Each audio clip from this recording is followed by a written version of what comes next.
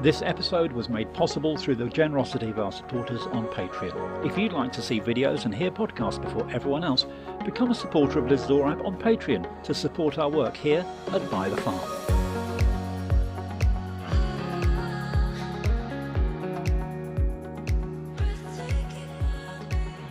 Welcome back to the Byther Farm podcast, and today I'm delighted to be joined by my friend Amy Chapman from In the Cottage Garden. Amy, thank you so much for joining me today. Hello, thank you for having me on the podcast. Oh no, welcome. I'm so pleased to have you here just to have a chat. So Amy and I met each other during the summer last year. Amy visited me here and we recorded a video, and I was due to go back to do a return visit to Amy's garden, and we still haven't got that organised, have we? Oh my God, I know, but it'll be the perfect time soon. There'll actually be some flowers and some nice plants to look at. So I think you came here and it was boiling hot when you came here, and the next week the weather broke and it's pretty much rained in Wales ever since. Yeah, non-stop. Non-stop. So you've got a river, a little stream just outside your house. Have you been okay with that in this torrential rain? Yes, luckily it hasn't overflowed or anything. There's been a bit of an issue at the top of the garden where it's kind of overflowed over the road to get into the house. And it's like eroding our one way out, but I'm sure it'll be fine. We're trying to get it fixed. But other than that, no rain has come into the garden or into the house, so Thank not too bad. goodness for that. And your plants aren't too awash. I mean, just from like the endless rain, there's a Yeah. lot of things in the garden that just look like soggy and a bit like rotten because Yes. it's never ending. And I think I need to sort out some more drainage because, yeah, I think this is the worst year for quite a long time for rain. It's been super heavy, so it's made me think about my soil a lot more and the drainage, I think. I think a lot of people have, the last couple of years has really had to think about the extremes of the weather that we're getting. So, you know, the year before last, 2022, was incredibly dry for a lot of the country, most of the country. And then 23 has been incredibly wet. And let's hope that 2024 gives us a balance. It's so unpredictable. I would like some nice sunshine next year. Yeah, Mm-hmm. a nice, like, solid, at least 6 weeks of good sunny weather would be great. I think it would be nice if we could have it with the temperatures not too high, that we had the rain overnight. And honestly, that wouldn't be perfect. We had warm weather, dry, lovely days, and rain overnight to keep the plants going. The dream, but probably never happened. Now, people who are listening to this won't be able to see what I can see, but are your ducks just outside the window there? Can I see your ducks wandering around out there? They're actually not out of that window. Basically, we've got 3 little sections of the garden, and the ducks are in the section the other side of the house. Right. But yeah, they're basically, I've got 6 ducks. They're in the sort of flower section of the garden at the moment, and they've completely wiped out the slug population in that bit of the garden. So I think I need to move them into the vegetable garden next because that's where the real issue is with the slugs. How nice, how nice. So we, as you know, we have ducks at various different times, and actually we had ducks solidly for 8 years until last year when they got foxed. So we had to dispatch our ducks, bless them, just to be kind to them. So I waited a few months. We got 3 more ducks, and it took a month before the fox came and found them again. And so our ducks now live inside. They live in a massive barn. They've got water galore. They've got stuff growing in there for them to nibble at, but they're not attending to the garden. So there is still a slug and snail festival going on out there, and I have yet to work out a way for the ducks to be there. And this morning I went out and thought, well, perhaps I can find some sort of, I can just let the ducks out, for a couple of hours in the morning or something. And literally, as I walked up to the garden, this enormous fox hops over the fence and away.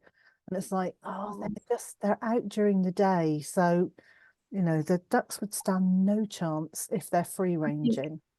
Yeah, the only way I think is for you to supervise them, but obviously that's so time consuming. Yeah, or to But do yeah, some sort of like a chicken tractor, but a duck tractor, that something that's wide enough or narrow enough to go in between the beds and let the ducks clear the pathways. I'm not going to spend 2 hours a day standing in the garden watching ducks.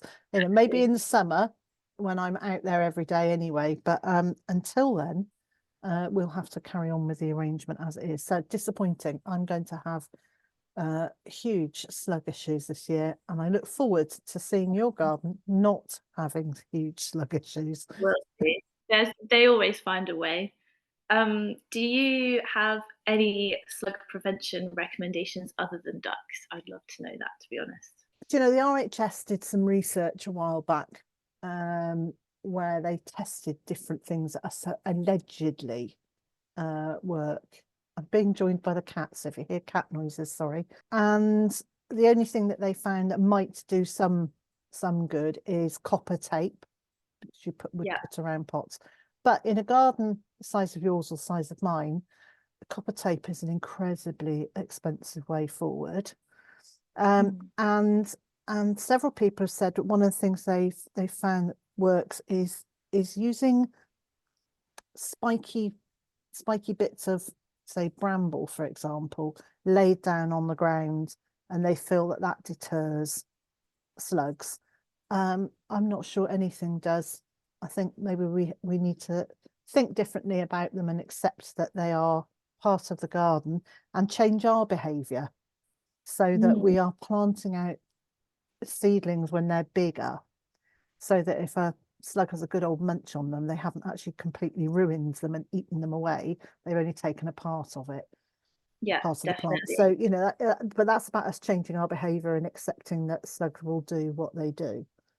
Yeah. And I think like perfectionism as well, like just accepting that some of your plants are going to have holes in the leaves, and that's fine. Nothing's going to look perfect, and No. it will still taste great. Yes.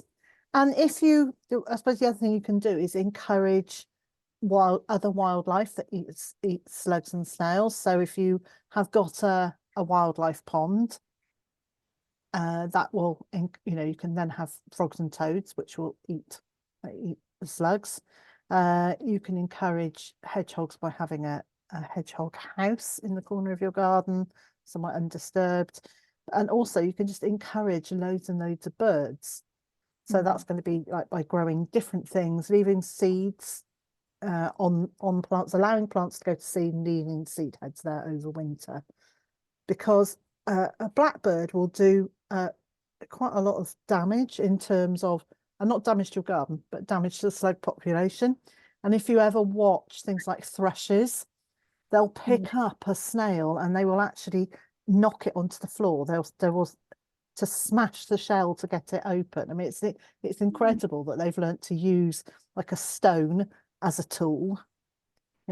Slamming a snail onto the ground or onto a stone to break it open. So if you encourage the wildlife, the birds in, then you're going to have nature working for you. I think I'm changing my tactics with it this year as well. I think I'm definitely going to encourage birds in. I've even watched out the window. If I put food out for the birds, I can see the birds go and get the food from the feeder and then fly onto the beds and look through the soil there. So it definitely works. And then also, I'm thinking, because last year in the summer, if I went out at nighttime with my torch to look for slugs, if I left any like old plants or like leaves on the floor, stuff like that, you just see all of the slugs go to that one area. I think what I'm going to do is just leave stuff specifically for the slugs to eat so they don't eat the plants that I don't want them to eat. Really good idea. I mean, beer traps work if you can do beer traps, but you need to do them not in the bed where the plant is, away from it, so you're encouraging them away. Have you tried beer traps at all? I have a bit. It's definitely not my favourite way because it's like getting rid of the slugs after. Yeah, Also, I don't like. I prefer the ducks eating them or birds eating them because then at least like it's doing some good to another animal. Whereas beer yes, traps, you just drown them and then have to fish out the smelly old slugs from yeah. a jar or whatever, which isn't the nicest.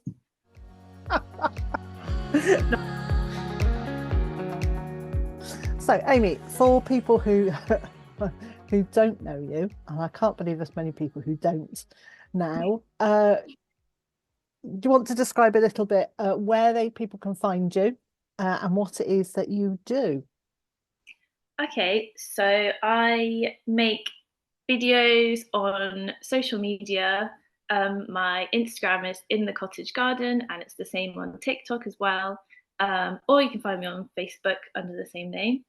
And I'm basically just trying to encourage new people to start growing their own food and kind of simplify it a bit because a lot of people find the whole subject very overwhelming. So I make very short, very quick little videos with tips on how to grow food and other garden related things as well.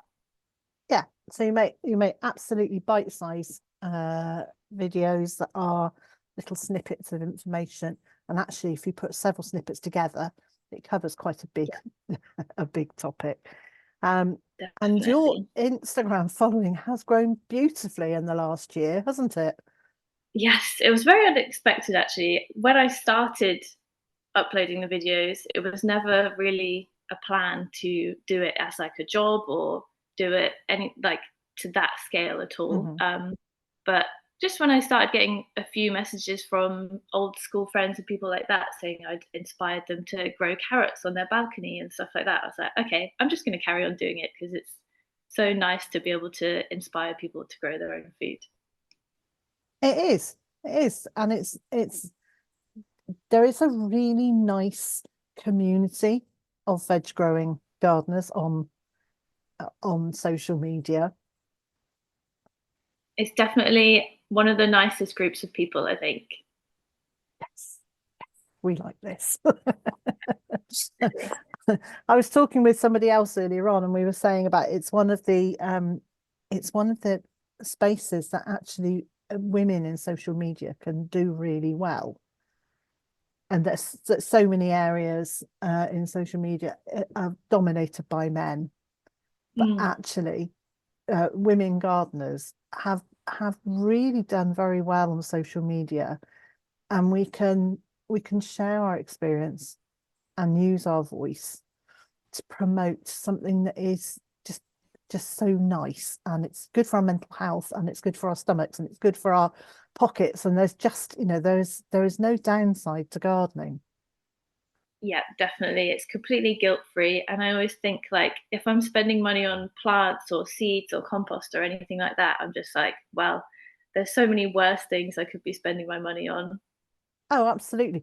I know what I was going to tell you. When you came to visit me, you brought me some crocus, the Mm. the crocus, the saffron crocus, and they're up and they're growing and they're doing really well. Ah, amazing. So Yeah, I've planted a few as well, but I didn't get any flowers from them this autumn, but maybe next year. yes, We'll no, see. they've not flowered or anything. They're just, they're just up and being green, and it's like, hurrah! I love their little like thin green leaves. They're like little like party decorations or something. They are. They're even slimmer than blades of grass, aren't they? That's Yeah. just they're finer. They are indeed. So, 2024, do you have any special plans for growing something new, something you've never grown before, consolidating on what you've grown in the past? What are your plans?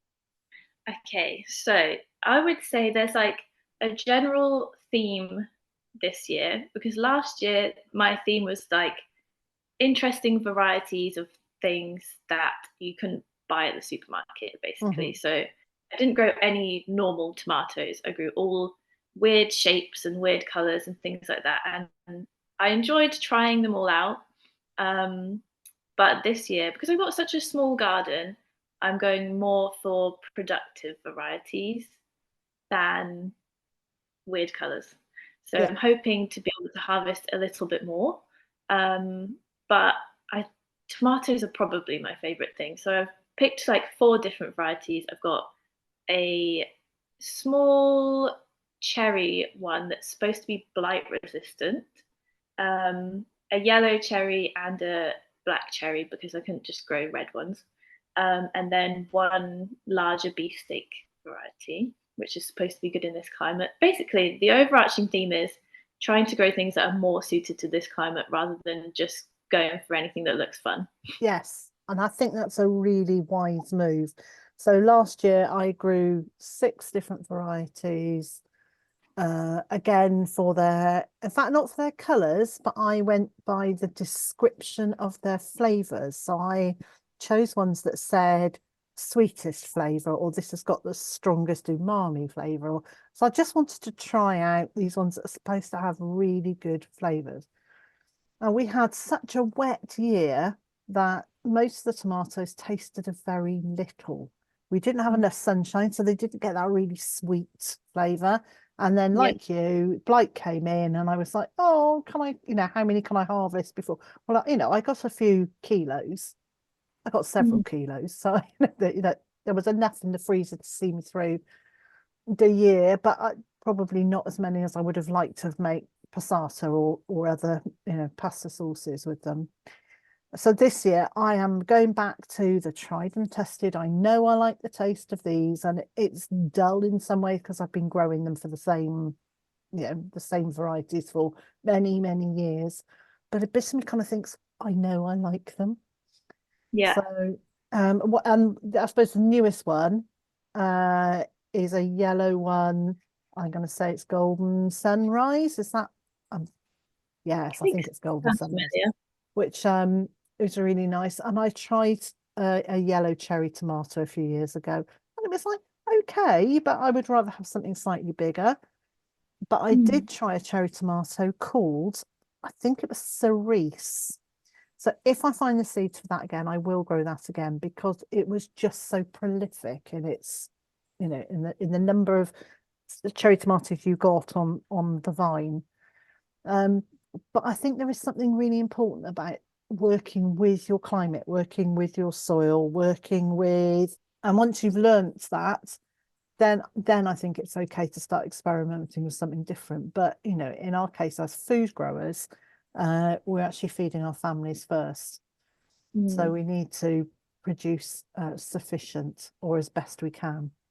Definitely. And I would say to people that have a small space to prioritize the varieties that work best in your climate. I think that's super important because even with like tomatoes, if you prioritize things that are going to grow really prolifically for you, then all tomatoes are going to taste better when you grow them yourself. Yeah. And that will mean that you get more of your own homegrown tomatoes instead of having to buy some at the supermarket in a month or two. I think the other thing that I'm doing this year is to go, what seeds have I got? So I'm pretty sure, she says, thinking, I think I put in one order of seeds for about £15 worth of seeds, which I realise is quite a lot, but it's quite a big garden out there. But other than that, I'm not buying other seeds this year. So I'm going to just be using what I've already got, and using any that I might swap at a seed swap. Yeah, definitely. I think I've tried to be a bit more strict with my seed buying this year as well because it's so tempting to just buy everything that sounds really nice, but I'm not going to have the space to grow it. And I'll never just sow one tomato seed of each variety. I will just sow like 5 or more. I'll just fill up a whole seed tray every time Yeah. and then not be able to grow them all. And they So, look, when you sow into a seed tray, they're so little. They take up yeah. so little room. And it's a little bit like when you sow squash seeds and you go, oh, that's all right. No, there's only 14 in a packet. I might as well sow them all. And then that's 14 huge plants that you've got to find space for. Yeah, exactly. I think especially the plants that you start indoors as well, it's best to be a bit more strict with those, because then you can, if you start less plants, then you'll be able to give those plants more time, more space. You'll Yes. actually get round to potting them on. Yes. So what have you got in terms of indoor setup? Do you have grow lights and heat lamps and all of that sort of stuff? I have one little heat mat, very cheap little thing, and I've got two grow lights now. One of them's actually behind me with Yeah. one little tiny tray in it at the moment, because I'm trying not to start everything really early as well. The only things I'm starting really are chilies and aubergines, and I probably would have waited a couple of weeks to start those as well, but I'm going on holiday, so I thought I'll just get them started now and hope that they survive while I'm away. Um, but yeah, I don't really have the fanciest setup. I would like more lights so I could start more plants indoors, but I don't think you need a lot. And you can make do with obviously growing things above radiators for the warmth. And then I think the main issue is the light though, because It is, and there is that reminder that I always do whenever I'm talking to anyone, is that if you're growing on a windowsill, and I only have, so I have, I've got a propagator, a heated propagator, but it's a small one, and I don't use any lamps at all because, yeah, you know, electricity costs a load of money, and then all of a sudden that very cheap food is becoming quite expensive food. So I use the windowsill, but you just need to be really careful if you're putting stuff on windowsills to bring it in when you close the curtains at night, because otherwise you're shutting those seedlings between the curtain and the window, and it gets really cold there in the winter. So yeah. just a reminder to people, to anyone listening who, and probably a reminder to me as well, to make sure I bring seedlings in. And I quite like that process when we get to the point where seeds are being sown and the stuff, like every windowsill is full, and I get that nightly ritual of going around and just taking them all off the windowsill and putting them on the table, and then in the morning putting them all back again so that they're getting maximum light. I guess that helps to make sure they're rotated a little bit as well, because they can Yes. obviously lean towards the light. Also, I think last year I did quite a few on the windowsill, and I made a little reflective thing to put behind them so that they were getting light reflected from behind it as well. I think that That's was a just, really good idea. I think I just wrapped like tin foil around a piece of cardboard, and that just reflects the Perfect. light from the window back at the seedlings. That's a really good tip. I shall take that one, and I shall We, share that. Shall share that far and wide with little things saying stolen idea, stolen from Amy.